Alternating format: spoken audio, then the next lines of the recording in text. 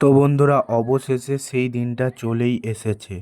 আজ প্রথমবার নিজেদের বাঘ নিয়ে আমরা রওনা দিলাম তারকেশ্বরের পথে। এর আগে দুবার তারকেশ্বরে গিয়েছি, কিন্তু এবারের অভিজ্ঞতাটা ছিল একেবারেই আলাদা। প্রথমেই আমরা পৌঁছে গেলাম শেওড়াফুলি নিমাইতীর্থ ঘাটে। সেখানে পৌঁছেই দেখলাম প্রচুর ভিড়। তারপর সেখান থেকেই বাঁকে জল নিয়ে শুরু হলো আমাদের যাত্রা।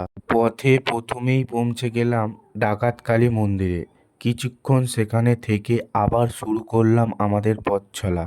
এরপর একে একে পেরিয়ে গেলাম অনেকটা পথ, পৌঁছে গেলাম তারকেশ্বর ওয়েলকাম গেটে কাছে। তারপর সেখান থেকে এগিয়ে অবশেষে পৌঁছালাম তারকনাথের মেন গেটের সামনে। ততক্ষণে অনেকটাই বেলা হয়ে গেছে, তার সঙ্গে ছিল প্রচণ্ড কড়া রোদ।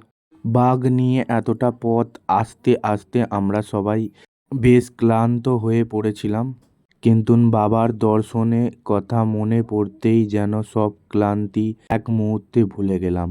এই ছিল আমাদের তারকেশ্বর যাত্রা বাঘ নিয়ে।